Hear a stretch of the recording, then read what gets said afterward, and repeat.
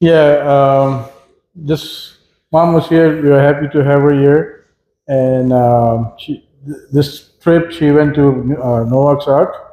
She really enjoyed with the CSI group and few Matuma family group, and she really enjoyed the visit there. Your name is Joe Matthew. John. Yeah. Mr. John Matthew, you are staying in Kirby, right? Yes. നിന്റെ ഹിതം പോലെ എന്നെ നിത്യം നടത്തിടണമേ. എൻ്റെ ഹിതം പോലെയല്ലേ N പിതാവേ N യഹോവേ, നിന്റെ ഹിതം പോലെ എന്നെ നിത്യം നടത്തിടണമേ.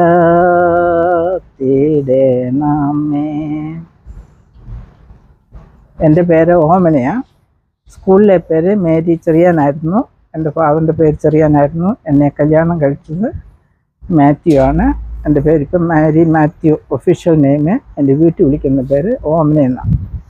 ഞാൻ നാട്ടിൽ വയലത്തിലെ എന്ന് പറഞ്ഞ അയരൂക്കാരാണ് ഞങ്ങൾ. വയലത്തിലെ എന്ന് പറഞ്ഞ സ്ഥലത്ത് ജനിച്ചു. പക്ഷേ കൂടുതൽ സമയം പത്തനംതിട്ടയാണ് വളർന്നതെല്ലാം. ഞാൻ ഹൈസ്കൂളിൽ MS ഹൈസ്കൂളിലാണ് പഠിച്ചത്. വയലായിലെ സാറായിരുന്നു, പെരക്കലച്ചനായിരുന്നു അന്നത്തെ ഹെഡ് മാസ്റ്റർ. പിന്നെ വയലായിലെ വയലായിടുക്കളയുടെ ബ്രദർ എബ്രാം സാറായിരുന്നു. പിന്നെ ഞാനിപ്പോൾ പത്തനംതിട്ട കോളേജിൽ പഠിക്കുമ്പോഴാണ്, ഫൈനൽ ഇയർ മാത്സ് എടുത്ത് പഠിക്കുമ്പോഴാണ് എൻ്റെ കല്യാണം. 1965 സെപ്റ്റംബർ 27 കല്യാണം. 1966 ഫെബ്രുവരി ഞാൻ മലേഷ്യയിൽ വന്നു. നല്ല ദൈവാധീനമുള്ള ഒരു കുടുംബത്തിലാണ് എന്നെ കല്യാണം കഴിച്ചത്. എൻ്റെ ഹസ്ബൻഡും എൻ്റെ ഫാദർ അയരൂക്കാരാണ്. അതൊരു വരിക്കാനിക്കുഴിയിൽ നിന്നായിരുന്നു വീട്ടുപേര്. അവരെൻ്റെ ഫാദറിലൊക്കെ ആ കാലത്ത് മലേഷ്യയിൽ പോയി. എൻ്റെ ഹസ്ബൻഡ് അവിടെ ജനിച്ചു വളർന്നു. എനിക്ക് 67 എൻ്റെ മോള് ജനിച്ചു. ഞാൻ ജോലി ചെയ്തിട്ടില്ല, ഞാൻ ഹൗസ് വൈഫായിരുന്നു. 67 ജയിച്ചു. 67 മോളുണ്ടായി. അവളുടെ പേര് സൂസൻ എന്നാണ്. 68 എനിക്ക് മോനുണ്ടായി. അവൻ്റെ പേര് ജോസഫ് മാത്യു ഒഫീഷ്യൽ നെയിം. രണ്ടുപേരും മലേഷ്യയിൽ പഠിച്ചു. അങ്ങനെ ഹയർ എഡ്യൂക്കേഷനായിട്ട് ഇവിടെ വിട്ടു. അവർ ഇവിടെ വന്നു. ഹയർ എഡ്യൂക്കേഷനൊക്കെ കഴിഞ്ഞു. മകൾക്ക് 1994 പഠിത്തം കഴിഞ്ഞു. 95 വിവാഹമായിരുന്നു. അത് കഴിഞ്ഞ് മോൻ്റെ പഠിത്തം കഴിഞ്ഞു. 98 മോൻ വിവാഹം ചെയ്തു. 5 കൊച്ചുമക്കളെ തന്നു. എൻ്റെ ഭർത്താവ് 2014 ദൈവനിശ്ചയപ്രകാരം ഈ ലോകം വിട്ട് പോയി. എങ്കിലും സന്തോഷകരമായി സമാധാനമായി എൻ്റെ കുഞ്ഞുങ്ങളോട് ജീവിക്കുവാൻ എനിക്കൊരവസരം തന്നു. എൻ്റെ കുഞ്ഞുങ്ങൾ എന്നെ വളരെ സന്തോഷമായും കരുതലോടും കരുതുന്നു. അതിന് ദൈവത്തിന് എത്രമാത്രം നന്ദി ചോദിച്ചാലും മതിയാകുകയില്ല. ആ ദൈവത്തിനെ സ്തുതിക്കുന്നു, സ്തോത്രം ചെയ്യുന്നു. അവസാനം വരെ ഈ നല്ല നിത്യതയെക്കുറിച്ചും പാപത്തെക്കുറിച്ചും നീതിയെക്കുറിച്ചും ന്യായവിധിയെക്കുറിച്ചുള്ള ബോധത്തിൽ ജീവിക്കുവാനുള്ള അവസരങ്ങൾ തരണമെന്ന് പ്രാർത്ഥന മാത്രമേ ഉള്ളൂ. മറ്റുള്ളവർക്ക് വേണ്ടി പ്രാർത്ഥിക്കുക, ആ കൊച്ചുമക്കൾക്ക് വേണ്ടി പ്രാർത്ഥിക്കുക, നല്ല തലമുറയെ കാണുവാൻ അവരെ അനുഗ്രഹിക്കണമേ എന്നുള്ള പ്രാർത്ഥനയിൽ ജീവിക്കുവാൻ ദൈവമേ സംഗതിയാക്കണമേ. ഒറ്റ ആഗ്രഹം മാത്രമേ ലോകത്തിലുള്ളൂ. ഈ ലോകം ഒരു ശാശ്വതമല്ല എന്ന് മനസ്സിലാക്കി ജീവിക്കുവാൻ ഉള്ള സമയം തന്നിരിക്കുന്ന സമയമാണ്. മറ്റുള്ളവർക്ക് വേണ്ടി പ്രാർത്ഥിക്കുവാൻ, കഷ്ടതയിലും പീഡതയിലും സഹനത്തിലും ഇരിക്കുന്നവർക്ക് വേണ്ടി മുട്ടിപ്പായി ദൈവത്തോട് പ്രാർത്ഥിക്കുവാൻ, കർത്താവിനോട് അപേക്ഷിക്കുവാൻ. ഞങ്ങൾ പാപിയാണെങ്കിലും ഞങ്ങളുടെ പാവങ്ങളെ ഞങ്ങൾ അപേക്ഷിക്കുമ്പോൾ കരയുന്ന കേൾക്കുന്ന ഒരു ദൈവമുണ്ടെന്ന് ഞങ്ങൾക്ക് ആ ദൈവത്തിൽ പരിപൂർണമായി ആശ്രയിച്ച് ജീവിക്കുവാൻ ഇടയാകണമെന്നുള്ള ഒരു ആഗ്രഹം മാത്രമേ ജീവിതത്തിലുള്ളൂ. ഇഷ്ടം കൊടുത്തിരിക്കുന്ന ആയുസ് ദൈവത്തിലൂടെ ജീവിച്ച് കുഞ്ഞുങ്ങളുടെ സന്തോഷമായി ജീവിക്കുവാൻ ദൈവതയാക്കട്ടെ.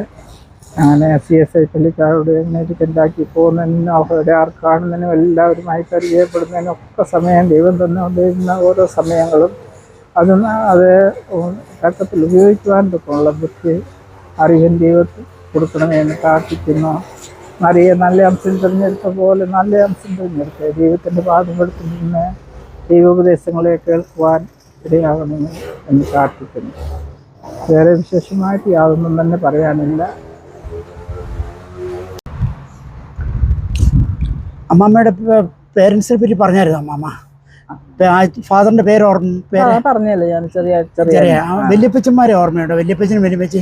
എൻ്റെ വല്യപ്പച്ചനെ ഓർത്തഡോക്സിലെ എൻ്റെ ഫാദറിന്റെ ഗ്രാൻഡ് ഫാദർ അച്ഛനായിരുന്നു. പൗലോമറ്റം കുടുംബത്തില് സ്കറിയാസ്കത്തനായിരുന്നു പേര്. എൻ്റെ വല്യമ്മച്ചിയുടെ അപ്പനും ഒരു അച്ഛനായിരുന്നു ഓർത്തഡോക്സിലെ വലിയൊരു വടക്കെടുത്ത്.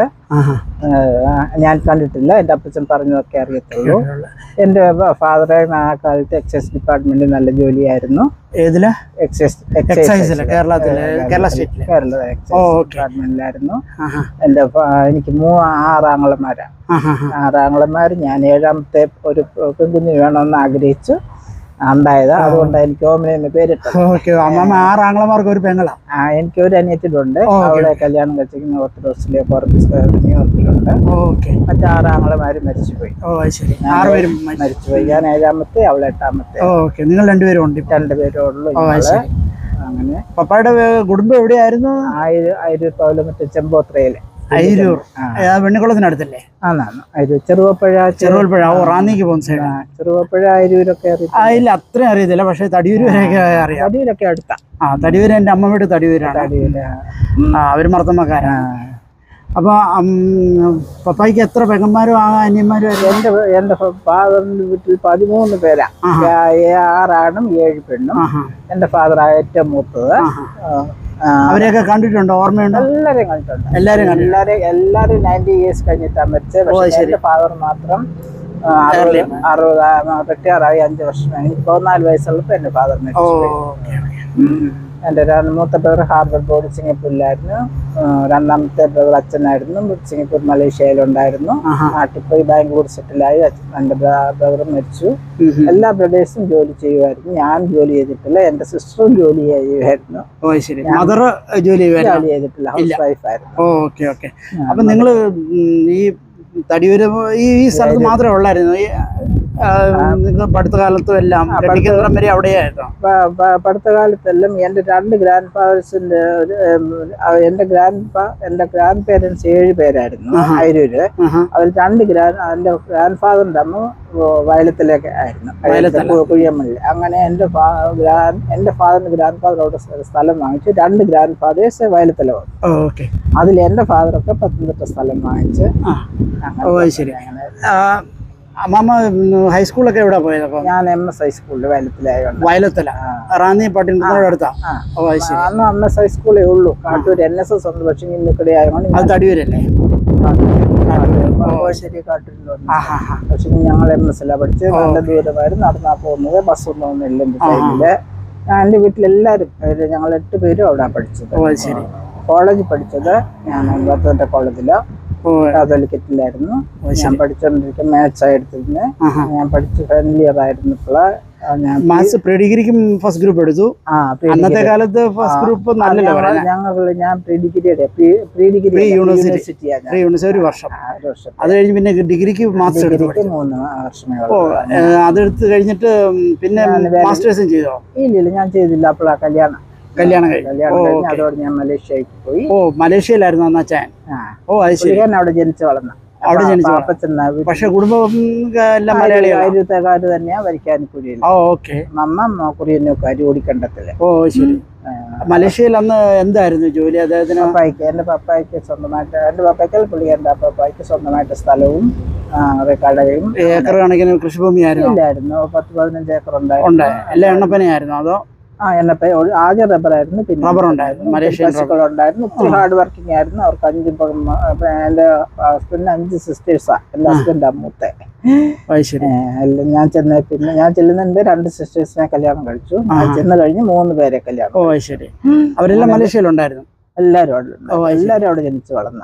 എന്റെ ഫാദറിലോ അവരുടെ ഫാമിലിയിൽ ഒത്തിരി പേരെ കൊണ്ടുവന്നു. ഒരുപാട് പേരെ അന്നൊക്കെ കൊണ്ടുവരായിരുന്നു. 53 കഴിഞ്ഞതോ ആരും കൊണ്ടുവരാനൊക്കത്തില്ല. 1953 കഴിഞ്ഞു. ശരി. പിന്നെ സിറ്റിസൺ ആയിട്ടുള്ളവർ പോയി കല്യാണം കഴിച്ചിട്ട് വരാം. അല്ല അതിന് മുമ്പേ ആരെയും കൊണ്ടുവരാനൊക്കെ ഓ ശരി. അങ്ങനെ. ഈ അന്ന് മലേഷ്യക്ക് പോകുന്നത് എങ്ങനെയാ? നമ്മൾ കൊച്ചിയിൽ നിന്ന് എങ്ങനെയാ പോകുന്നത്? അന്ന് കപ്പലേ ഉള്ളൂ, പ്ലെയിനില്ല. കപ്പൽ എല്ലാ കപ്പലും ഞാൻ പക്ഷെങ്കിൽ എൻ്റെ സമയത്ത് ഞാൻ 65 കല്യാണം കഴിഞ്ഞ് ആദ്യമായിട്ട് പ്ലെയിനില്ല പോകുന്നത്. അന്ന് മലേഷ്യക്ക് നേരെ ഫ്ലൈറ്റ് ഇല്ല. സിംഗപ്പൂരിൽ അന്ന് എൻ്റെ സിംഗപ്പൂരിൽ ഹാർബർ ബോർഡിൽ എൻ്റെ ബ്രദർ വേല ചെയ്യുന്നു. എൻ്റെ ഉപ്പാപ്പന് ആ സാനിറ്ററി ഇൻസ്പെക്ടർ ആയിരുന്നു അവിടെ. അങ്ങനെ സിംഗപ്പൂരിൽ വഴിയാണ് ഞാൻ പോകുന്നത്. എന്നെ ബ്രദർ കൊണ്ടുവന്ന് അവിടുന്ന് ലോക്കൽ ഫ്ലൈറ്റിൽ മലാക്കായി കൊണ്ടുപോകും. ശരി. അന്ന് അമ്മാമ ആദ്യമായിട്ടല്ലേ കേരളത്തിന് വെളിയിൽ പോകുന്നത്? കേരളത്തിന് വെളിയിലോട്ട് പോയിട്ടില്ല. വലിയൊരു വ്യത്യാസം തോന്നിയില്ല സിംഗപ്പൂർ കണ്ടിട്ട് മലേഷ്യ കണ്ടിട്ടൊക്കെ? അതോ? മലേഷ്യ കണ്ടിട്ട് വ്യത്യാസം തോന്നില്ല. എസ്റ്റേറ്റിലുള്ളവർ വെരി ഫ്രണ്ട്ലി എന്ന് വെച്ചാൽ അങ്ങനെ ഒരു വെരി ലവ്ലി. ഞങ്ങൾക്ക് 2 മണി വരെയുള്ളൂ ജോലി. അത് കഴിഞ്ഞിട്ട് ഞങ്ങളെല്ലാം ഒരു വീട്ടിൽ കൂടും, ഞങ്ങളെല്ലാരും ഒന്നിച്ചുണ്ടാക്കും, കഴിക്കും. ഒത്തിരി ഫ്രണ്ട്ലി എന്ന് വെച്ചാല് അവർ മുസ്ലിംസ് ആയിരുന്നു മുഴുവൻ? അല്ല, നമ്മുടെ ആൾക്കാര് എല്ലാം കൂടുതലും നമ്മുടെ ആൾക്കാരായിരുന്നു എസ്റ്റേറ്റിലെല്ലാം. അന്നേരം ഞങ്ങൾ ഒത്തിരി ഫ്രണ്ട്ലി ആയിരിക്കും. പിന്നെ ജോലി കഴിഞ്ഞ എല്ലാരും ഒന്നിച്ചു. അത് സാറ്റർഡേ സൺഡേ ഒക്കെ വന്നാൽ പിന്നെ പറയണ്ട, അങ്ങനെ ഒത്തിരി ഫ്രണ്ട്ലിയാണ്. അത് ഞങ്ങൾ സ്വന്തം സഹോദരങ്ങളുടെ കൂട്ടം. അമ്മമ്മ ആദ്യം പോകുമ്പോ അന്നത്തെ കാലത്ത് ഫോണും ഇല്ല, കത്തും ഇല്ല, ഒന്നുമില്ല. വീട്ടിൽ വിട്ടതിന്റെ ഒരു വിഷമം ഉണ്ടായിരുന്നു. പക്ഷെ എന്റെ ബ്രദർ സിംഗപ്പൂരിൽ ഉണ്ടായിരുന്നോണ്ട് എന്റെ രണ്ടാമത്തെ ബ്രദർ ഞാൻ ചെന്ന് 67 മലേഷ്യക്ക് വന്നു. അന്നേരം എപ്പോഴും ഇടയിൽ വന്ന് എന്റെ വീട്ടിൽ താമസിക്കും. അച്ഛനായിരുന്നു ഓർത്തഡോക്സില്. അന്നേരം എനിക്ക് അത്രയും ഫീൽ ചെയ്യാത്രയിൽ പിന്നെ മദറൊക്കെ എഴുത്തെഴുതും. അത് കഴിഞ്ഞ് ആദ്യമായിട്ട് കേരളത്തിൽ തിരിച്ചു വന്ന അന്നൊക്കെ പോവാൻ വന്ന പ്ലെയിനൊക്കെ വലിയ പ്രയാസമാണ്, കാശിനും വലിയ പ്രയാസമാണ്. ഞാൻ 72 എന്റെ മോനെ സുപ്പ ഒരു ലോട്ടറി എടുത്തു. അന്നേരം കുറച്ച് ലോട്ടറി ടിക്കറ്റ് കിട്ടി. അന്ന് ചിദംബരം കപ്പല് ആദ്യമായിട്ട് 72 മലേഷ്യ ജാക്കാർത്തയിലാണോ? നിങ്ങൾ അടുത്താണോ അതോ? ജാക്കാർത്ത വേറെ ഇന്തോനേഷ്യൻ കൺട്രിയാ. നിങ്ങൾ മലേഷ്യയുടെ ക്യാപിറ്റൽ? ഞാൻ കോലാലംപൂർ. സോറി, മലേഷ്യ ഞങ്ങൾ ക്ലാങ് എന്ന് പറഞ്ഞ. ശരി. അന്ന് അത് വലിയ സിറ്റി അല്ലേ കോലാലംപൂർ? വലിയ സിറ്റി. പോർട്ടാണോ അവിടെ? കടൽ തീരം ഞങ്ങളുടെ അടുത്ത ക്ലാങ്ങില്ല പോർട്ട്. Okay okay. പിന്നെ മലാക്ക പോർട്ട് ഉണ്ട്. മലാക്ക ഓൾഡ് സിറ്റിയാണ്. ശരി. അപ്പോൾ അമ്മാമ കേരളത്തിൽ നിന്ന് അങ്ങോട്ട് മലേഷ്യയിലോട്ട് പോയി കഴിഞ്ഞ് കഴിഞ്ഞപ്പോൾ ജീവിതത്തിന് ഒത്തിരി സാഹചര്യം ഒത്തിരി മാറ്റമല്ലായിരുന്നു? ഒത്തിരി ലൈഫ് സ്റ്റൈൽ മാറിയില്ലായിരുന്നു? അതായത് കേരളത്തിലെ ഫുഡ് അല്ല? ഇല്ല, കേരളത്തിലെ ഫുഡ് പോലെ തന്നെയാണ് മലേഷ്യയില്. ഇഷ്ടം പോലെ മീൻ കിട്ടും. പിന്നെ എല്ലാ നമുക്ക് ഉണ്ടാവുന്ന എല്ലാ അത് ഞങ്ങൾ എസ്റ്റേറ്റ് ജോലി ചെയ്തോണ്ട് നമുക്ക് എല്ലാ കൃഷിയെ, കോഴിയെ, ടർക്കിയെ എല്ലാം ജോലിക്കാരെല്ലാം ഫ്രീ ആയിരുന്നു. നമുക്ക് അങ്ങനെ ഒരു ഫീലിംഗ് കഴിക്കുന്നതിനോ താമസിക്കുന്നതിനോ എല്ലാം ക്വാർട്ടേഴ്സാണ്. നമുക്ക് സ്വന്തം വീടൊന്നുമില്ല, നല്ല ക്വാർട്ടേഴ്സാ, ഫർണിച്ചറും ജോലിക്കാരും എല്ലാം ഫ്രീയാ. അങ്ങനെ അതാകുമ്പോൾ അങ്ങനത്തെ ഒരു ഫീലിംഗ് ഇല്ല. പിന്നെ പൈസയ്ക്ക് മാത്രമേ ഉള്ളൂ ടൈറ്റ് ആയിട്ടുള്ളത്. അല്ലാതെ കഴിക്കുന്നതിന് നമുക്ക് ഇഷ്ടം പോലെ. അന്നൊന്നും കോഴിയൊന്നും വാങ്ങിച്ചിട്ടേ ഇല്ല. 150 കോഴി നമ്മുടെ ഫാമിലുണ്ട്. നമ്മൾ എസ്റ്റേറ്റിൽ നമുക്കായിട്ട് വലിയ സ്ഥലം കോമ്പൗണ്ട് കോഴിക്കോട് നോക്കാനാളും അങ്ങനെ വലിയ വ്യത്യാസമായിട്ട് തോന്നിയില്ല. ഒരു സാധനം കിട്ടാത്ത ഇല്ലായിരുന്നു. അങ്ങനെ അതുമല്ല, ഫ്രണ്ട്സ്, പള്ളി വെരി ഇമ്പോർട്ടന്റ്. അന്ന് നാട്ടിലെ അച്ഛന്മാരുണ്ടായിരുന്നു. പണ്ട് തൊട്ടേ നാട്ടിലെ അച്ഛന്മാരാ വരുന്നത്. 9 പള്ളിയുണ്ട് മലേഷ്യയില്. അതിൽ ആദ്യത്തെ പള്ളിയാ ഞങ്ങളുടേത്, സെന്റ് തോമസ് മാർത്തോമ ചർച്ച്. പിന്നെ ബേസിക്കലി ഓർത്തഡോക്സ് അല്ലായിരുന്നു? ഞാൻ ഓർത്തഡോക്സ് തന്നെ. കല്യാണം കഴിച്ച പിന്നെ എല്ലാം മർത്തോമയിലാ പോയത്. പക്ഷെ അച്ഛന്മാരെല്ലാം ഫാമിലിയുള്ള എല്ലാം ഓർത്തഡോക്സിലെ അച്ഛന്മാരാ. അവര് നമ്മുടെ വീട്ടിൽ വലിയ ഫ്രണ്ട്ലിയാ. അത് എന്റെ ബ്രദർ അച്ഛനായതുകൊണ്ട് അവരുമായിട്ടൊക്കെ വലിയ ഫ്രണ്ട്ലിയാ. അമ്മാമ്മയ്ക്ക് അന്ന് നാട്ടിലോട്ട് പൈസ അയക്കേണ്ടതായിട്ട്, കേരളത്തിലോട്ട് ആരെങ്കിലും പൈസ അയക്കേണ്ടതായിട്ട് വരുമായിരുന്നു? ഇല്ല. ആരും കൊടുത്തിട്ടില്ല? വീട്ടില് എന്റെ ബ്രദേഴ്സ് എല്ലാം ജോലിയിലുണ്ടായിരുന്നു. പിന്നെ പപ്പായ്ക്ക് ജോലി ഉണ്ടല്ലോ? എന്റെ വീട്ടിൽ ഞാൻ ബുദ്ധിമുട്ട് കണ്ടിട്ടില്ല. അങ്ങനെ അങ്ങനെ മണി ഗൾഫിൽ നിന്ന് അയക്കുന്നവരൊന്നും നമ്മൾ അയക്കുന്നില്ല. അത് ശരി. അങ്ങനത്തെ യാതൊരു പ്രയാസവും വന്നിട്ടില്ല. അന്ന് ഇൻവെസ്റ്റ്മെന്റ്സ് അല്ലേ കൂടുതലും നമ്മൾ ചെയ്യുന്നത്? ആരും ഇൻവെസ്റ്റ് ചെയ്തില്ല. പക്ഷെ നീ എല്ലാവർക്കും അങ്ങ് നാട്ടിൽ പോകണം എന്നുള്ള ആഗ്രഹത്തിലായിരുന്നു ആദ്യം. മലേഷ്യയിലൊന്നും ഇൻവെസ്റ്റ് ചെയ്തില്ല. അതാ മടയത്തരം ചെയ്തില്ല. പക്ഷെ ആര് മലയാളികൾ ചെയ്യുന്നുണ്ടായിരുന്നു അവിടെ? ഫാക്ടറി തുടങ്ങുമോ, ഇൻഡസ്ട്രി? ആരും ഒന്നും ചെയ്തിട്ടില്ല. എല്ലാവർക്കും എല്ലാവർക്കും പൈസ നാട്ടിൽ പോകണം, പൈസ ഉണ്ടാക്കണം, നാട്ടിൽ പോകണം എന്നുള്ള ആഗ്രഹമേ ഉള്ളായിരുന്നു. അവിടുത്തെ ഗവൺമെന്റ് 69 അവിടുത്തെ എഡ്യൂക്കേഷൻ സിസ്റ്റം എല്ലാം അവിടെ ഓപ്പോസിഷൻ പാർട്ടി കയറുന്നു ഓക്കെ ഓക്കെ പേടി വന്നപ്പോ അവിടെ വലിയ ബഹളം. ശരി എല്ലാം അവിടുത്തെ UK സിസ്റ്റമായിരുന്നു എഡ്യൂക്കേഷൻ. അവരെന്തോ ചെയ്തു, ആ എഡ്യൂക്കേഷൻ സിസ്റ്റം മുഴുവൻ അങ്ങ് മാറ്റിയിട്ട് അവിടുത്തെ ഭാഷ മലേഷ്യ ആക്കിയപ്പോ ഒരുപാട് പേര് പേടിച്ച് നാട്ടിൽ പോയി. പിന്നെ അവരുടെ കുഞ്ഞുങ്ങൾക്ക് 70% എഡ്യൂക്കേഷനിലെ റിസർവേഷൻ പോലെ അങ്ങനെ മാറ്റി വെച്ചിരിക്കുക. 20% ചീനന്, 10% ഓൾ ഇന്ത്യക്കാർക്ക്. അങ്ങനെ ഒത്തിരി പേർക്ക് തിരിച്ച് നാട്ടിൽ പോയി പഠിക്കേണ്ടി പേര് അങ്ങനെ നാട്ടിൽ പോയി പിള്ളേരുടെ കാര്യം. പിന്നെ ഞങ്ങളുടെ കൂട്ടുള്ളവരൊക്കെ ഇങ്ങനെ വിട്ടു, അമേരിക്ക വിട്ടു, ഓസ്ട്രേലിയ, അങ്ങനെ കുഞ്ഞുങ്ങളെ വിട്ടത്. വന്നപ്പോ മോനായിരുന്നു. ഞാൻ പരിചയപ്പെട്ടില്ല, എനിക്ക് തോന്നി. മോളുണ്ട്, അവള് ആദ്യം വന്ന് മോളമ്മത്തെ, അവർക്ക് 2 കുഞ്ഞുങ്ങളുണ്ട്. അവരെവിടെയാ താമസിക്കുന്നത്? അവര് ഡാലസില്ല. രണ്ടുപേരും പഠിച്ച മിനിസോട്ട മിനിസോട്ടയില. അങ്ങനെ മോക്ക് കല്യാണാലോചന വന്നു. പഠിത്തം കഴിഞ്ഞോട്ടനെ നമ്മുടെ ചെറുക്കനെ തന്നെ ഒരു മലേഷ്യക്കാരായിരുന്നു, ഒരു നാട്ടിൽ പോയി സെറ്റിൽ ചെയ്തിരിക്കുന്നത് കോഞ്ചിരിക്കും. അവള് കല്യാണം കഴിഞ്ഞോടനെ അവൾക്ക് വലിയ നിർബന്ധം അവളുടെ ബ്രദറിനെ ഇവിടെ താമസിപ്പിക്കണമെന്ന്. അങ്ങനെ അവനെ കണ്ടി കല്യാണം ആലോചിച്ചു. ദൈവന്റെ അന്നും നല്ല ദൈവത്തെ വിളിക്കുന്ന കുഞ്ഞുങ്ങളെ കൊണ്ടുത്തന്നു. അതാ ഏറ്റവും ദൈവത്തിന്റെ അനുഗ്രഹം. അങ്ങനെ ഇപ്പൊ അമ്മാമ്മ ശരിക്കും അമേരിക്ക വന്നിട്ട് എത്ര നാളായി മക്കളുടെ കൂടെ? ഞാൻ 2019 മോള് വന്നു. 94 അവിടെ ഫസ്റ്റ് ഡിഗ്രി കഴിഞ്ഞോടനെ ഞങ്ങൾ 4 വർഷം അവള് വന്നിട്ടില്ല, അന്ന് വരാനുള്ള സൗകര്യം ഒന്നുമില്ല. 2019 വന്നു. 90 മോളെ വിടുന്നത് 2019 5 വർഷം മുമ്പ്. അല്ല 2000 അല്ലല്ല 1990 അപ്പൊ 34 ഇയേഴ്സോളമായി. 1994 അവിടെ വലിയ അവള് പറഞ്ഞു, അമ്മ ഞാൻ വരുന്നില്ല, നിങ്ങൾക്ക് പൈസ ഇല്ലല്ലോ, ഞാൻ പഠിപ്പിക്കണ്ടായി, മലേഷ്യൻ കാശ് മാറ്റുന്ന എന്തോ ഉണ്ട്, എന്റെ മോനെ ഗ്രാജുവേഷന് കൺസ്റ്റാൻറ്റ് വരണം എന്ന് പറഞ്ഞു. അങ്ങനെ ഞങ്ങൾ 2 പേരും കൂടെ, അന്നേരം പുള്ളിക്കാരൻ ജോലിവാ, ഞങ്ങൾ 2 പേരും കൂടെ 1 മാസം ലീവ് എടുത്തിട്ട് ഞങ്ങള് ഗ്രാജുവേഷന് വന്നു. മോൻ അപ്പോഴത്തേക്ക് 91 വന്നു, ആ യൂണിവേഴ്സിറ്റി തന്നെ. അപ്പോഴത്തേക്ക് അവന്റെ കസിൻസ് മലേഷ്യൻ സ്റ്റുഡൻസ് ഒത്തിരി ഉണ്ടായിരുന്നു, അവിടെ ഉണ്ടായിരുന്നു, യൂണിവേഴ്സിറ്റിയിൽ ഉണ്ടായിരുന്നു. 94 ഞങ്ങൾ 1 മാസം ലീവ് എടുത്തിട്ട് വന്നു. അങ്ങനെ അവിടെ ഗ്രാജുവേഷൻ കഴിഞ്ഞു. അവർക്ക് 95 കല്യാണമായപ്പം ഉടനെ 95 ഞങ്ങൾ വന്നു. അത് മെയ്യിൽ, അങ്ങനെ അല്ല നവംബറിലായിരുന്നു. 95 നവംബറിൽ കല്യാണം കഴിഞ്ഞു. പിന്നെ അന്നേരം അവർക്ക് നോർത്ത് വെസ്റ്റ് എയർലൈൻസിലാണ് ജോലി കിട്ടിയത്. അന്നേരം ഞങ്ങൾക്ക് ബിസിനസ് ക്ലാസ്സിൽ ഫ്രീ നേരെ മലേഷ്യക്ക് വരാം. അന്ന് തൊട്ട് ചിലപ്പോ ഇപ്പൊ 50 പ്രാവശ്യത്തിൽ കൂടുതൽ വന്നു കഴിഞ്ഞു ഇങ്ങനെ നിൽക്കുന്നു. അങ്ങനെ അത് കഴിഞ്ഞ് അമ്മാമ്മ അമേരിക്ക സ്ഥിരമായിട്ട് എന്നാ താമസിക്കാൻ തുടങ്ങിയത്? 2014 പുള്ളിക്കാരനെ 13 ഞങ്ങൾ വന്നിട്ട് 14 പോയി. ജനുവരി 19 പോയി. ഫെബ്രുവരി 14 പുള്ളിക്കാരൻ മരിച്ചത്. ഞങ്ങൾ 2 മാസത്തേക്ക് ലീവിന് വന്നു. അന്ന് എന്റെ സിസ്റ്റർ ലോയും ഹസ്ബൻഡും കൂടെ വന്ന് അവർക്കും കാണാൻ 2 മാസം അമേരിക്ക മുഴുവൻ ചുറ്റി. അങ്ങനെ തിരിച്ചു പോയി ജോലി ചെയ്തു. അങ്ങനെ 2014 ഫെബ്രുവരി 14 മരിച്ചു. പിള്ളേരെന്നെ പറഞ്ഞു, അമ്മ ഗ്രീൻ കാർഡിന് അപ്ലൈ ചെയ്യേ, ഡാഡി ഉള്ളപ്പം ഡാഡിക്ക് ഇഷ്ടമല്ല, ഡാഡിക്ക് എത്ര ഫ്രണ്ട്സും കാര്യങ്ങളും. അങ്ങനെ ആ കുഞ്ഞുങ്ങളുടെ ഗ്രീൻ കാർഡ് എടുത്തു. ഗ്രീൻ കാർഡ് എടുത്ത് പിന്നെ 6 മാസം കുഞ്ഞുങ്ങൾക്ക് മോനറിയാം എനിക്ക് ഇത്രയാ മലേഷ്യയില കൂടുതൽ. അതുകൊണ്ട് 6 മാസം കഴിയുന്നതിന് മുമ്പേ അവൻ എന്നെ ആരും അങ്ങനെ പോയി. ഇതുവരെ ആരോഗ്യമുള്ളത് കൊണ്ട് പോയി വരുന്ന സന്തോഷം. ആ മോനിപ്പോ എവിടെയാണെന്ന് പറഞ്ഞത്? എന്റെ മോനെ ഇത് അമ്മമ്മയുടെ മോനാണ്. ഈ അമ്മമ്മയുടെ മോളെ കല്യാണം കഴിഞ്ഞു. അമ്മമ്മക്ക് ഒരു മോളാ മൂത്തത്. അവള് ഡലാസ്. അമ്മാമ്മക്ക് മലയാള ഭാഷ അറിയാവോ? മലയാള ഭാഷയല്ലേ? അറിയാം. എനിക്ക് ഒത്തിരി അറിയത്തില്ല, എഴുതാനൊക്കെ അറിയാവോ? അതൊക്കെ എഴുതുന്നത് ബാപ്പാന്ന് വെച്ചാൽ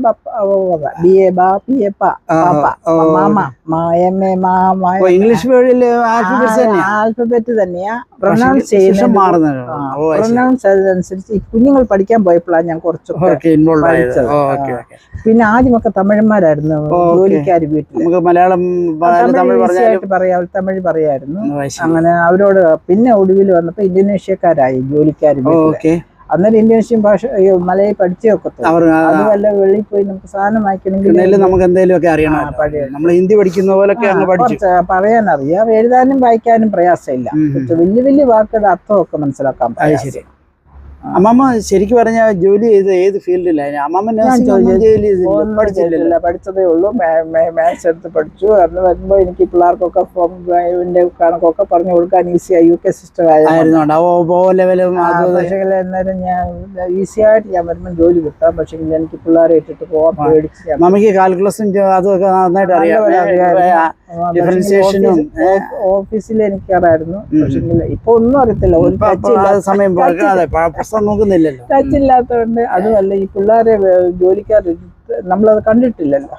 അങ്ങനെ ഞാനത് റിഗ്രറ്റ് ചെയ്യുന്നില്ല. എന്റെ കുഞ്ഞുങ്ങളെ ദൈവം എനിക്ക് നല്ല പോലെ വളർത്താൻ സമയം തന്നു. മമ്മിക്ക് ശരിക്കും പറഞ്ഞാല് ബേസിക് മാത്സോ പിന്നെ വേണമെങ്കിൽ മെഡിസിന് പോയിരുന്നു, വേണമെങ്കിൽ എഞ്ചിനീയറിംഗിനൊക്കെ പോയിരുന്നു. കാരണം ആ കാലം തന്നെ അത് ഓരോരുത്തർക്കും ഓരോ നിശ്ചയമുണ്ട്. പക്ഷെ അതിലും നല്ലൊരു ലൈഫ് അമ്മമ്മക്ക് തന്നല്ലോ. മലേഷ്യയിലും ഇവിടെ കുഞ്ഞുങ്ങളെ നോക്കുന്ന പുള്ളിക്കാർ എന്റെ ഹസ്ബൻഡ് ഇരിക്കുമ്പോൾ എപ്പോഴും പറയും നിന്റെ മോൻ നിന്നെ പൊന്നു പോലും. അതാ ഏറ്റവും അമ്മാമ്മ കരുതിയതുപോലെ തന്നെ മക്കളും കരുതുന്നു. അമ്മാമ്മ ഇപ്പൊ നാട്ടിൽ ചെന്നാൽ ആരുണ്ട് ശരിക്കും പറഞ്ഞ അമ്മാമ്മക്ക് ഒരു കയറി താമസിക്കാനൊക്കെ പറ്റുന്നത്? എനിക്ക് ഞങ്ങൾ ഇതുപോലെ ചെന്നൈ വീട് വാങ്ങിച്ച് സിനിമ ഇതിന്റെ അപ്പുറത്ത് ഇതുപോലത്തെ കോർണർ വീട്. ഇതിന്റെ അപ്പുറത്തെ വീട് ഞങ്ങൾ പഴയ കൂട്ടുകാരാ, ഞങ്ങൾ പള്ളിക്കാരാ, അയൽക്കാരാ. അതിന്റെ നടുക്ക് ഞങ്ങൾ ഒരു കഥ ഇട്ടിട്ടുണ്ട്. മുന്നിലെല്ലാം ഗേറ്റില്ലയോ, ആ കഥ 24 മണിക്കൂർ തുറന്നിട്ട്. പുള്ളിക്കാരൻ വെറ്ററിനറി ഡോക്ടറാ. അത് മലേഷ്യയിലെ കാര്യമാണോ നാട്ടിലെ? മലേഷ്യയിൽ ഇപ്പോഴും മലേഷ്യയിൽ. അപ്പൊ അമ്മാമ്മക്ക് ഒരു വീടുണ്ട്? എനിക്ക് വീടുണ്ട്. അതുകൊണ്ടല്ലേ പോകുന്നത്. മലേഷ്യയിൽ വീടുണ്ട്. അമ്മാമ്മ തന്നെ അവിടെ താമസിക്കുന്നത്. ഫ്ലോട്ടില് സ്വന്തക്കാര് തന്നെയാണ്. അവരോട് പള്ളി പോകുന്നത്. ഞങ്ങളുടെ ഒരു പള്ളിക്കാരൻ. അവന്റെ പപ്പ ഞങ്ങളോട് സണ്ണി എന്നാ പേര്. അവന്റെ പപ്പ എന്റെ ഹസ്ബൻഡ് ഒന്നിച്ച് ജോലി ചെയ്ത്. ആ പപ്പ അങ്ങള് മരിച്ചു. അവൻ വെറ്ററിനറി ഡോക്ടറാ. ഇന്ത്യയിലെ കേരളത്തിലല്ലാതെ വേറെ എവിടെയൊക്കെയാ പോകുന്നത്? ഞാൻ ബോംബെ, ബോംബെയില് പോകും, പൂനെ പോകും, ഡൽഹി, ബാംഗ്ലൂരിലെ എന്റെ രണ്ടാമത്തെ ബ്രദറിന്റെ അച്ഛന്റെ മക്കളെല്ലാം ബാംഗ്ലൂര് പോകും.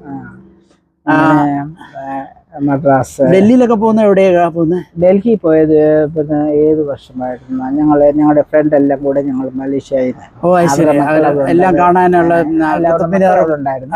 2 ആഴ്ച അവർ കൂടെ. എസ്റ്റേറ്റുകാരൊക്കെ വെരി ക്ലോസ് ആയതുകൊണ്ട് എങ്ങനെ പോയി.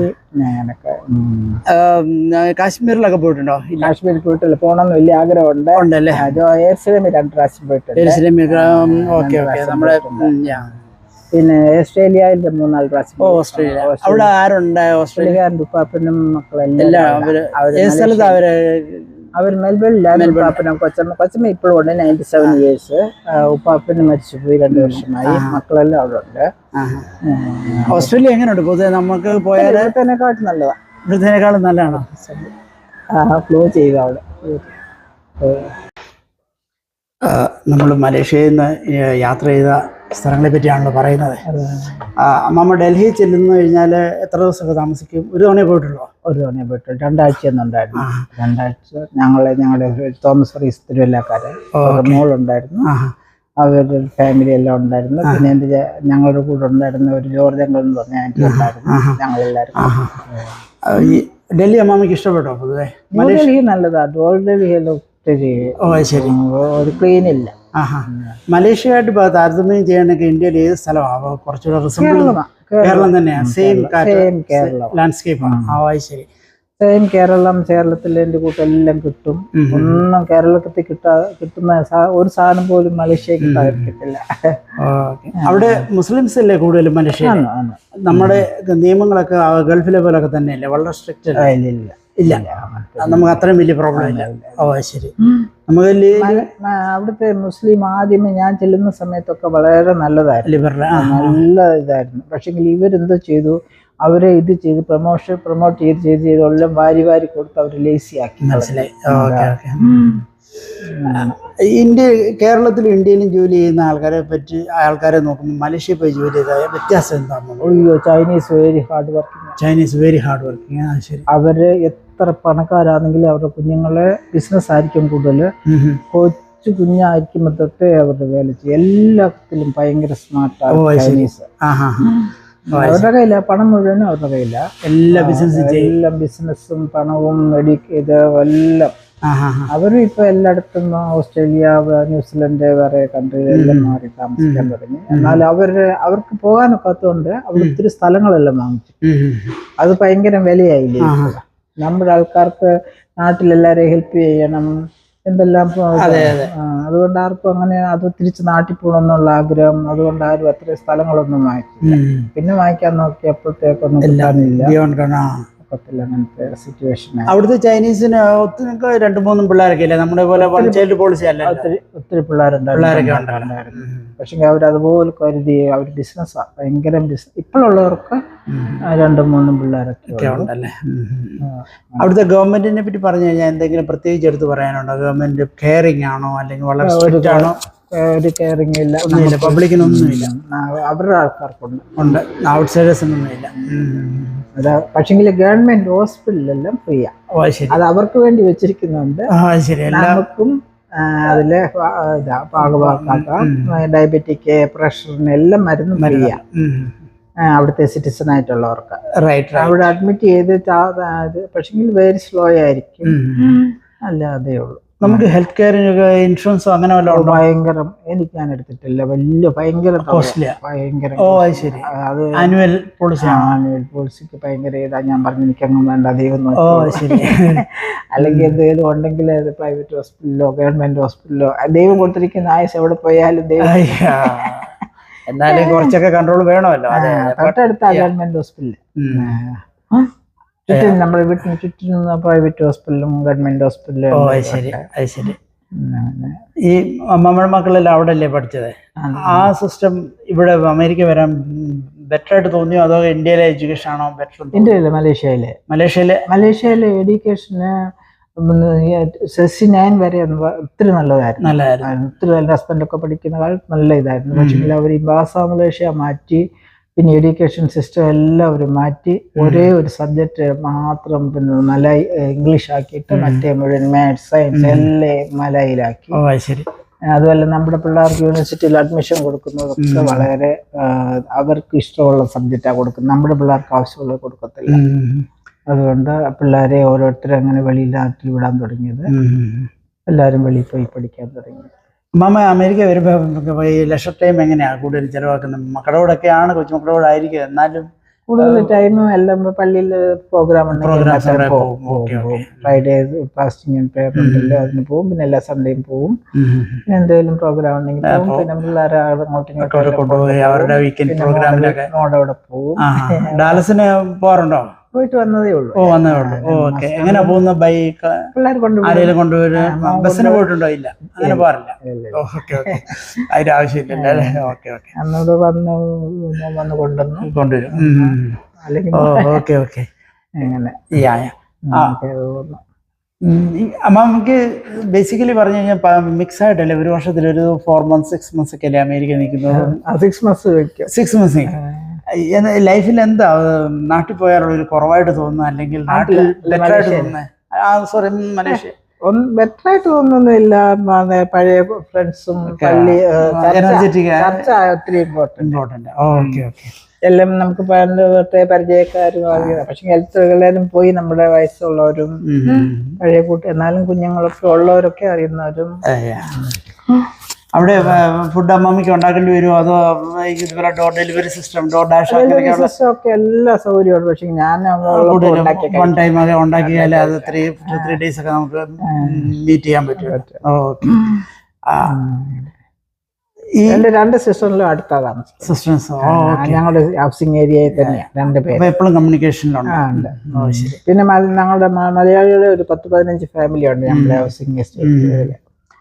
ഈ അമ്മാമയ്ക്ക് എങ്ങനെ ഈ കമ്പ്യൂട്ടറിലെ കാര്യങ്ങളൊക്കെ എന്തെങ്കിലും ഒന്നും അറിയത്തില്ല, കൂടുതലൊന്നും പഠിക്കത്തില്ല. ഇല്ല, ആരോ ഹെൽപ്പ് ചെയ്യുന്നതൊക്കെ തന്നെ ഇരിക്കുമ്പോ ഇത് ഒരു ടിക്കറ്റ് ബുക്ക് ചെയ്യണോ അല്ലെ? ഓ ഞാനതൊന്നും ചെയ്തില്ല. നമ്മുടെ പള്ളിക്കാരൊക്കെ വളരെ പറഞ്ഞ ആരും അവർ ചെയ്തു ചെയ്യാൻ നമുക്ക് ഇഷ്ടംപോലെ ഞാൻ ചോദിച്ചതല്ല. അമ്മ ഒരു മാത്സ് കാരി ആയതുകൊണ്ട് അതിനെ കുറിച്ചൊന്നും ഇപ്പം പുള്ളിക്കാരൻ പോയി പിന്നെ ഓക്കെ അമ്മ. ഞാൻ ഈ ഇവിടെ ഉള്ള യങ്സ്റ്റേഴ്സിനോട് അമ്മാമ്മയ്ക്ക് എന്താ ഒരു അമേരിക്ക പഠിക്കാൻ വരുന്നവരോ അല്ലെങ്കിൽ ഇവിടെ ഉള്ള youngsters boys who are growing up എന്തോ ഒരു അമ്മാമ്മയ്ക്ക് ലൈഫ് സ്റ്റൈലിൽ എന്തോ ഫോളോ ചെയ്യണമെന്ന് ഒരു അഡ്വൈസ് കൊടുക്കാൻ പറഞ്ഞാൽ എന്തായിരിക്കും? അവര് ദൈവത്തെ അറിഞ്ഞ് ജീവിച്ചാൽ എങ്ങും തെറ്റിപ്പോകത്തില്ല. അതാ ഒത്തിരി ഇമ്പോർട്ടന്റ് ആയിട്ടുള്ളത്. പിന്നെ സ്നേഹം കുഞ്ഞുങ്ങൾ കുടുംബത്തോട് സ്നേഹം ഉണ്ടെങ്കിലും വഴിതെറ്റിപ്പോകാൻ ഒരു സാധ്യമില്ല. അവരോർക്കും എപ്പോഴും അവരുടെ മാതാപിതാക്കൾ എന്തെല്ലാം ചെയ്തിട്ടുണ്ട്. ഒരു സമയത്ത് ഓർത്തില്ലെങ്കിലും ഒരു സമയത്ത് അവർ ഓർക്കും, തീർച്ചയായിട്ടും അവർ ഓർക്കും. എന്റെ മാതാപിതാക്കൾ എന്നെ എങ്ങനെയാണല്ലോ വളർത്തിയത്, അവർ എത്ര കരുതിയാ എന്നെ വളർത്തിയത്. നമ്മുടെ മക്കള് പ്രായമായെങ്കിൽ പോലും അവർക്ക് എന്തെങ്കിലും അഡ്വൈസ് ഉണ്ടോ?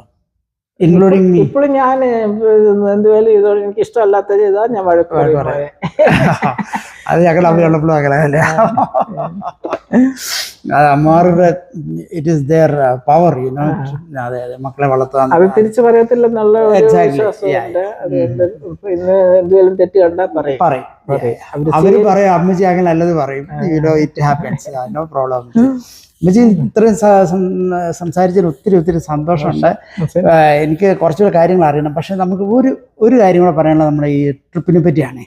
അത് ഒരു വളരെ സന്തോഷമായ ഒരു മിനിറ്റ്, അത് നമുക്ക് അടുത്ത ഒരു ബ്ലോഗിൽ പറയാവേ. ഞാൻ ട്രിനിറ്റി പള്ളിക്കാരുടെ കൂടെ പോകാനായിട്ട് എൻ്റെ മോൻ പൈസ കൊടുത്തതാ. അപ്പൊ ഒടുവിലാണ് കൊണ്ട് കൊടുത്തത്. അതുകൊണ്ട് ഒടുവിൽ ബസ്സിന് സ്ഥലമില്ലായിരുന്നു. അത് ഏത് മാസമായിരുന്നു? അത് ജൂലൈയിലായിരുന്നു. ഈ മാസം തന്നെ, ജൂലൈ ഒടുവിൽ 25.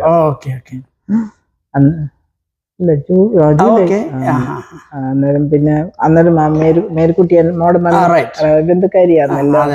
മേരിക്കുട്ടി പറഞ്ഞു ഇതുപോലെ അവരുടെ പള്ളിക്കാർ പോകുന്നുണ്ടെന്ന്, എന്റെ പേരും കൊടുക്കാൻ എന്നെ വിളിച്ചു. ഞാൻ മോടെ വിട്ടില്ല. അന്നേരം ഞാൻ പറഞ്ഞു കൊടുക്കാൻ പറഞ്ഞു. അതിന് മോനെ അതിനെ ഒത്തിരി നിർബന്ധിച്ച അമ്മ പോവും, അമ്മ പരീക്ഷയിലെല്ലാത്തിനും പോവാൻ. അങ്ങനെ ബുക്ക് ചെയ്തു. അങ്ങനെ വരാൻ സാധിച്ചത് ഒത്തിരി സന്തോഷമുണ്ട്. നിങ്ങളുടെ വരാനും നിങ്ങളെ എല്ലാരെയും കണ്ട് പരിചയപ്പെടാനും ഒക്കെ സന്തോഷം കിട്ടി. ആവുനെയും ഒക്കെ നേരത്തെ അറിയുന്നതാ.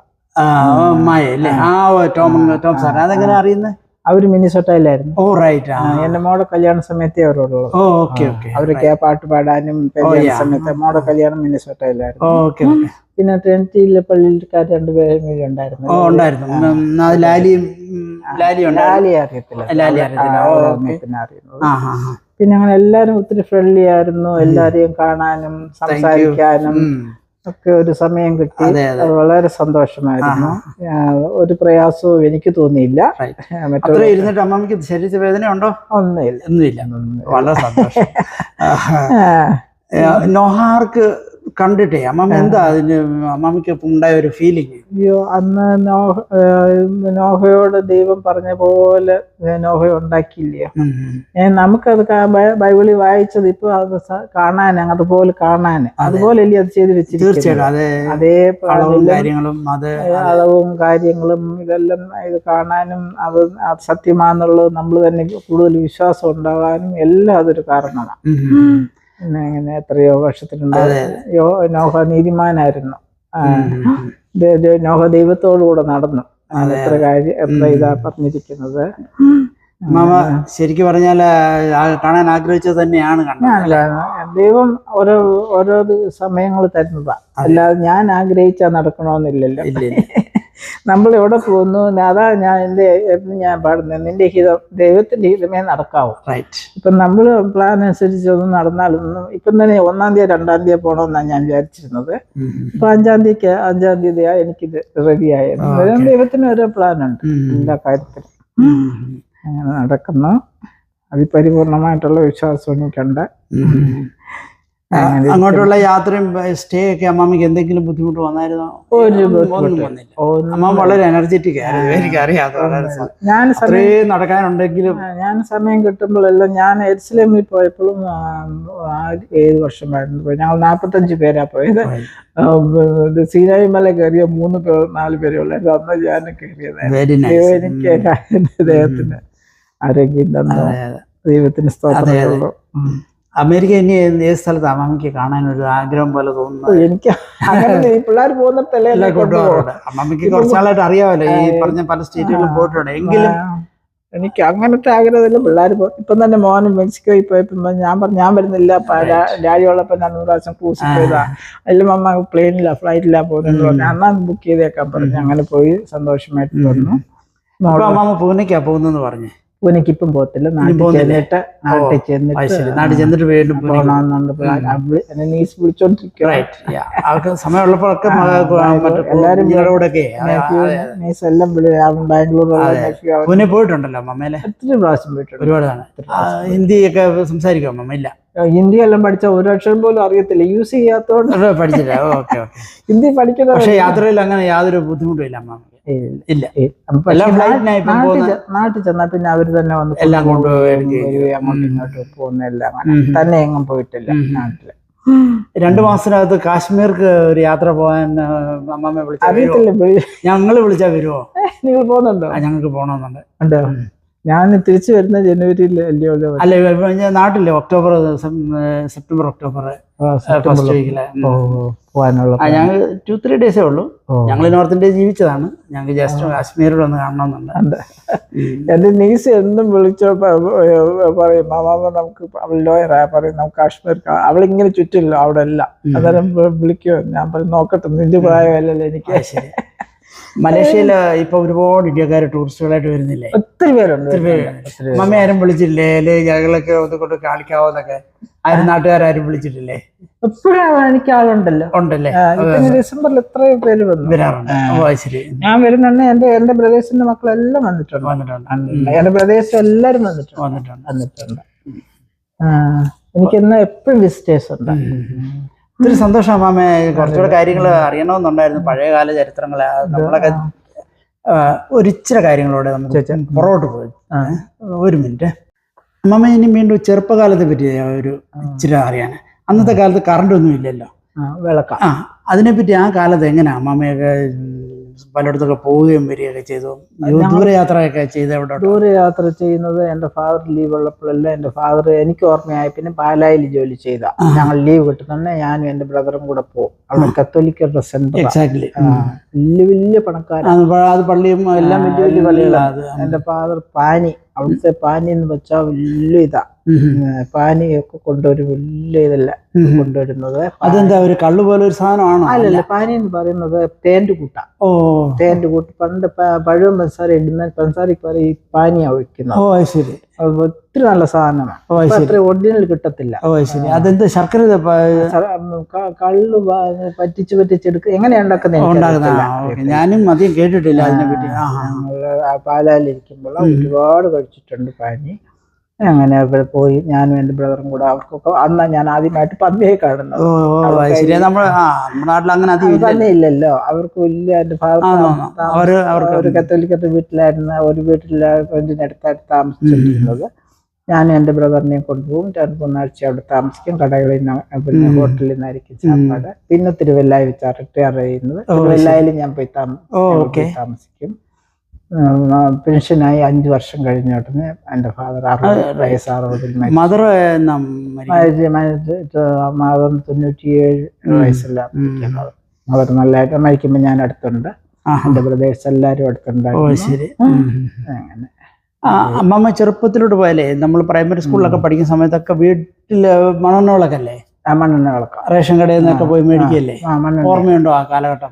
പിന്നെ വീട്ടിൽ മണ്ണെണ്ണ വിളക്ക് നല്ല കത്തിക്കും. പിന്നെ കല്യാണത്തിനും കപ്പ വയറുണ്ടായിരുന്നു, അതിനൊക്കെ പെട്രോമാക്സ് കൊണ്ടുവരും. പെട്രോമാക്സ് അന്ന് എന്റെ ബ്രദർ സിംഗപ്പൂരിൽ ആ കാലത്ത് പെട്രോമാക്സ് 2 കൊണ്ടുവന്നു. എന്റെ ബ്രദറിന്റെ കല്യാണ സമയത്ത്, മൂത്ത ബ്രദറിന്റെ കല്യാണ സമയത്തൊന്നും നമ്മുടെ വീട്ടില് ഇതില്ല, കറണ്ട് കറണ്ട് ഇല്ല. അങ്ങനെ എൻ്റെ 3 ബ്രദേഴ്സ് എൻ്റെ ഫാദർ ഉള്ളപ്പോഴായിരുന്നു കല്യാണം. എൻ്റെ അച്ഛൻ്റെ എൻ്റെ രണ്ടാമത്തെ ബ്രദർ ഓർത്തഡോക്സ് സെമ്മാസനായിരിക്കുമ്പോഴേ കല്യാണം കഴിക്കണം. ഭയങ്കര ഗ്രാൻഡായിരുന്നു. അന്നേരം എൻ്റെ ഫാദർ പറയും എൻ്റെ മോളെ കെട്ടിക്കുമ്പോഴായതുപോലെ കല്യാണം അത്ര ആശയായിരുന്നു. അന്നേരം എൻ്റെ ബ്രദർ പിന്നെ മൂത്ത ബ്രദർ അന്ന് ഹാർബർ ബോർഡിൽ ജോലി ഗവൺമെൻറ് ചെയ്ത് 6 വർഷം കഴിഞ്ഞിട്ട് 6 മാസത്തെ ലീവാണ്. അന്നേരം സിംഗപ്പൂരിൽ ഉപ്പാപ്പനൊക്കെ ഉണ്ടായിരുന്നുകൊണ്ട് കല്യാണം ആലോചിച്ച് വേണ്ടാത്ത കല്യാണം കഴിച്ചില്ല. എൻ്റെ ഫാദർ മദർ ആലോചിക്കുന്ന മതി നാട്ടിൽ വന്ന് കല്യാണം കഴിച്ചു. പിന്നെ അങ്ങനെ 3 ബ്രദേഴ്സ് എൻ്റെ ഫാദർ ഉള്ളപ്പം കല്യാണം കഴിച്ചു. Okay okay. അങ്ങനെ ഈ ചെറുപ്പത്തിൽ അമ്മമ്മയുടെ കൂട്ടുകാരൊക്കെ ഓർമ്മയുണ്ടോ? ആരൊക്കെ ആയിരുന്നു? അല്ലെങ്കിൽ എനിക്ക് അത്ര വലിയ ഓർമ്മയില്ല. അത്ര വലിയ കൂട്ടുകാരെയൊന്നും ഇപ്പോഴും ഓർമ്മയില്ല. ഞാൻ എന്നെ കൊണ്ടുപോകാൻ 2 പേരാ പ്രൈമറി സ്കൂളിൽ കൊണ്ടുപോകാൻ, ഒരാൾ കൊണ്ടുവരാനും നടന്നാ പോകുന്നത്. കൊണ്ടുവരാനും ഫാദർ അത്ര കെയർഫുൾ ആയിരുന്നു. പെൺപിള്ളേരില്ലായിരുന്നു ഉണ്ടായതുകൊണ്ട് രാജകുമാരി ഒരു ഫാദർ ഉള്ളവരെ വളർത്തി തന്നെ. അതൊക്കെ ഓർമ്മകൾ, നല്ല നല്ല ഓർമ്മകള്. ദിവസവും എൻ്റെ അമ്മ മാർത്തോമാക്കാരിയായിരുന്നു. ദിവസവും സന്ധ്യാവുന്നതിന്റെ പാട്ടും പ്രാർത്ഥനയും. എൻ്റെ മദർ നല്ലപോലെ പാട്ട് പാടുമായിരുന്നു. അത് കഴിഞ്ഞ് ഏത് കാലഘട്ടത്തിലാണ് വീട്ടിൽ കറണ്ട് വന്നതെന്ന് ഓർമ്മയുണ്ട്? 10ാം ക്ലാസ് ഒക്കെ ആയപ്പോഴത്തേനും വന്നോ? അതോ പത്തനംതിട്ട നേരത്തെ അതിന് മുമ്പേ വന്നു? അല്ല, 10ാം ക്ലാസ് ഒക്കെ ആയപ്പോഴത്തേനും വീട്ടിൽ കറണ്ട് വന്നോ? ഓർമ്മയുണ്ടോ? ഇല്ലില്ല, വന്നില്ല. വന്ന സമയമൊന്നും ഓർമ്മയില്ല. അന്നൊന്നും വന്നിട്ടില്ല. വന്നിട്ടില്ല. അന്നത്തെ കല്യാണ സമയം അപ്പോഴത്തേക്ക് പത്തനംതിട്ടയെല്ലാം റാന്നിയിൽ 6ന്റെ അടുത്താണോ അമ്മമ്മയുടെ വീട്? അതോ ഒത്തിരി ദൂരം ഉണ്ടോ? 6ഒക്കെ കീക്കുഴിയൊക്കെ അടുത്താ. കീക്കുഴിയല്ലേ? 6ന്റെ അടുത്താ. പമ്പയുടെ ഒക്കെ മേലെയാ. പക്ഷെ നീന്തലൊന്നും അറിയില്ല? അന്നും അറിയില്ല, ഇന്നും അറിയില്ല. ശരി. അന്നൊക്കെ വിടത്തില്ലല്ലോ പഠിക്കാൻ. ഈ കോളേജിലെ 1 വർഷം പോയി കഴിഞ്ഞ് പിന്നെ 3 വർഷം ഹോസ്റ്റലിലായിരുന്നോ? അല്ലല്ല, നമ്മുടെ വീട് അടുത്ത പത്തനംതിട്ട. അവിടുന്ന് എത്ര മൈലുണ്ട് വീട്ടിൽ? കോളേജിൽ നിന്നാ? കോളേജിലോട്ട്? കോളേജിൽ ഞങ്ങൾ മാക്കാങ്കുന്ന് വീടിന് അടുത്ത ഞങ്ങളുടെ സ്ഥലം. ഓ ശരി. ഹോസ്റ്റലൊന്നും താമസിക്കേണ്ട ആവശ്യം വന്നില്ല. ഹോസ്റ്റലിൽ താമസിച്ചു. ബസ്സിന് പോവാം? ബസ്സിനുള്ള കോളേജ് അത്ര നടന്നാ പോയിട്ടുള്ളൂ. ബസ്സിനൊന്നും പോകേണ്ട ആവശ്യമില്ല. അമ്മമ്മ ചെറുപ്പത്തില് തിരുവനന്തപുരം പട്ടണമൊക്കെ കണ്ടിട്ടുണ്ടോ? എന്റെ ഫാദറിനെ മേത്തമണി. എന്റെ ഫാദർ അവിടുത്തെ ഗവൺമെന്റ് വലിയ പൊളിറ്റിക്സിലുള്ളായിരുന്നു. കോൺഗ്രസിലായിരുന്നു. വയലാക്കാരുമായിട്ടൊക്കെ വലിയ അടുപ്പമായിരുന്നു. വയലായിടുക്കളൊക്കെ മിക്കവാറും ആയിരുന്നു. പുള്ളിക്കാരൻ നമ്മുടെ വീട്ടിൽ വന്നിട്ടുണ്ട് പല പ്രാവശ്യം. പിന്നെ അങ്ങനെ ഞങ്ങൾ പിന്നെ പഞ്ചായത്തിന്റെ ഇതിനു വേണ്ടി പോയപ്പോൾ ഞാനും എൻ്റെ ബ്രദറും എല്ലാം കൂടി ട്രിവാൻഡ്രത്ത് പോയി. ഒരാഴ്ച കൂടുതൽ അന്ന് ഫാദർ ലീവ് എടുത്തിട്ട് ഏതാണ്ട് കാര്യത്തിന്. അന്ന് ഞാൻ ട്രിവാൻഡ്രമൊക്കെ കണ്ടിട്ടുണ്ട്. കോവളം എല്ലാം ഫാദറുള്ള കാലത്ത് എല്ലായിടത്തും കല്യാണം കഴിക്കുന്നതിന്റെ അങ്ങനെ കൊണ്ടുപോകുമായിരുന്നു. അമ്മാമ ഇത്രയും യാത്ര ചെയ്തേലേ അമ്മാമ്മയെ ആശ്ചര്യപ്പെടുത്തിയ നാട്ടുകാരെങ്കിലും കണ്ടവരോ ഓർമ്മയോ അല്ലെങ്കിൽ അവിചാരിതമായിട്ട് കണ്ടുമുട്ടിയ ആരെ പറ്റി ഓർമ്മയുണ്ടോ? അപ്പോൾ അത് വളരെ സർപ്രൈസ് ആയിപ്പോയി എന്ന് തോന്നിയ ഏതെങ്കിലും മലേഷ്യയിലോ ന്യൂഡൽഹിയിലോ ബോംബെയിലോ അങ്ങനെ ഓർമ്മയിലുണ്ടോ? എന്തെങ്കിലും സ്വന്തക്കാരോ ബന്ധുക്കാരോ? അല്ലെ അമ്മാമ്മയെ തിരിച്ചറിഞ്ഞോടി? അങ്ങനെ സർപ്രൈസ് ആയിട്ടില്ല. മലേഷ്യയിൽ വന്ന് ഞങ്ങളുടെ പള്ളിയിലുള്ള വളരെ ക്ലോസ് ആയി സ്വന്തം പള്ളിക്കാരെ പറയാം. നിങ്ങൾ 3 പേരും ചേട്ടത്തി അനിയത്തിമാരുടെ കൂട്ടായിട്ട് 2 പേരും പോയി. ഞങ്ങൾ വളരെ ചേട്ടത്തി അനിയത്തിമാരുടെ കൂട്ടായിരുന്നു. ഒരാളുടെ പേര് അമ്മിണി എന്നായിരുന്നു, ഒരാളുടെ പേര് എന്നെക്കാട്ടി മൂത്തതായിരുന്നു. 2 പേരും ഞങ്ങൾ വെരി ക്ലോസ് ആയിരുന്നു. എപ്പോഴും പള്ളിയിൽ പോകുമ്പോഴും എല്ലാത്തിനും എൻ്റെ ഹസ്ബൻഡ് കാർ ഓടിക്കുന്നതുകൊണ്ട് ആരെല്ലാം ഹോസ്പിറ്റലിൽ കിടന്നാൽ അവരെയും കൂട്ടിയിട്ട് പോകും. ഞങ്ങൾ എല്ലായിടത്തും പോകുന്നിടത്തും വരുന്നിടത്തും കൂടുതലും പള്ളിക്കാരെല്ലാവരുമായിട്ട് വളരെ ക്ലോസാണ്. വളരെ സന്തോഷം അമ്മാമ ഇത്ര കാര്യങ്ങൾ പങ്കുവെച്ചാൽ. സമയക്കുറവുകൊണ്ടും വെളിച്ചക്കുറവുകൊണ്ടും ഞാൻ നിർത്തുകയാണ്. അമ്മാമ എനിക്ക് വേണ്ടി ഒരു 4 വരി പുസ്തകം എടുത്തിട്ട് ഒന്ന് പാടിത്തരണം. അമ്മയുടെ സൗണ്ട് നല്ല സൗണ്ടാണ്. ഒരു 4 വരി. നന്ദിയോടെ ഞാൻ സ്തുതി പാടിടും എൻ്റെ യേശുനാഥ, എനിക്കായി നീ ചെയ്തോരോ നന്മയ്ക്കും എന്നും നന്ദി ചൊല്ലുന്നു ഞാൻ. അർഹിക്കാത്ത നന്മകളും എനിക്കിടും കൃപാനിധേ, യാചിക്കാത്ത നന്മകൾ പോലുമേ എനിക്കേകിയോനെ സ്തുതി. നന്ദിയോടെ ഞാൻ സ്തുതി പാടിടും എൻ്റെ യേശുനാഥ. എനിക്കായി നീ ചെയ്തോരോ നന്മയ്ക്കും എന്നും നന്ദി ചൊല്ലുന്നു ഞാൻ. സത്യദൈവത്തിൻ ഏകപുത്രന അങ്ങിൽ വിശ്വസിക്കുന്നു ഞാൻ. വരും കാലമൊക്കെയും നിൻ കൃപാവരങ്ങൾ ചൊരിക എന്നിൽ. വരും കാലമൊക്കെയും നിൻ കൃപാവരങ്ങൾ ചൊരിക എന്നിൽ. നന്ദിയോടെ ഞാൻ സ്തുതി പാടിടും എൻ്റെ യേശുനാഥ. എനിക്കായി നീ ചെയ്തോരോ നന്മയ്ക്കും എന്നും നന്ദി ചൊല്ലുന്നു ഞാൻ.